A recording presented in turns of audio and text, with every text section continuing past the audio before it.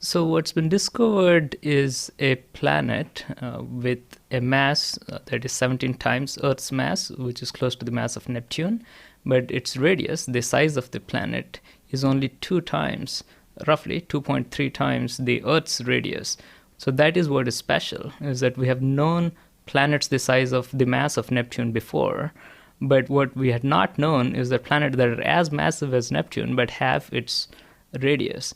So that means it must be made of something different. Neptune's made of gas, isn't it? So if this is half the size, it must be made of much heavier stuff. Exactly. It has to be made almost entirely of solid material. And that's what is special, because we had not known in the past that rocky planets like Earth can be as big as Neptune and still be completely solid, which tells us that extraterrestrial worlds out there could be gigantic.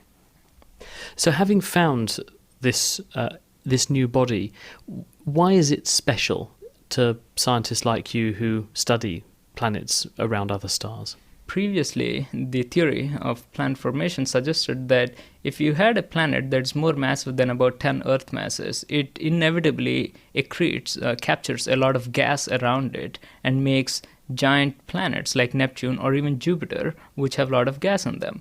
But what this planet is for the first time telling us is that it is possible to make really big planets that are Neptune size without actually accreting the gas. Given that this one that's been discovered that does buck the trend is clearly a bit unusual, what explanations might there be for how it came about?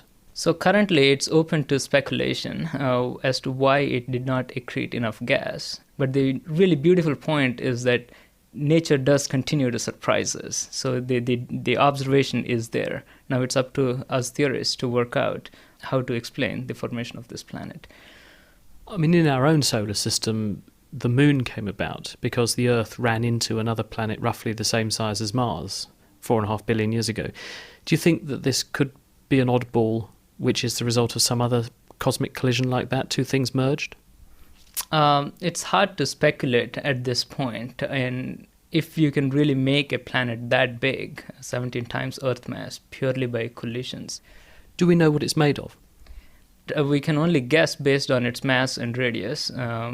So one hypothesis, as suggested by this work, is that it could be made of literally Earth-like composition and have a thin layer of even water around it, and that can perfectly explain its mass and radius.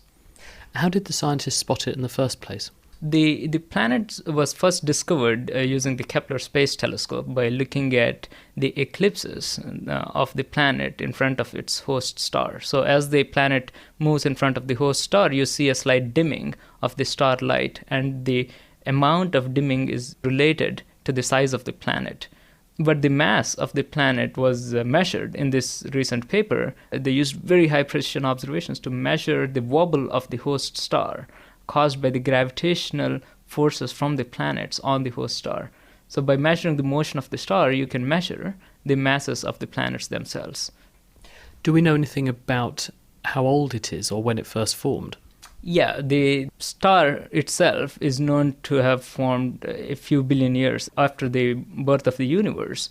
Yeah, because that would put it at least 10 to 11 billion years old then, this planet.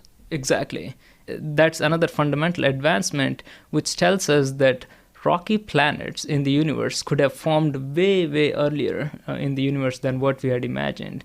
It could have come about even 5 billion years before we came about. So if there is life out there, it could have advanced really much early on than what we think as humans.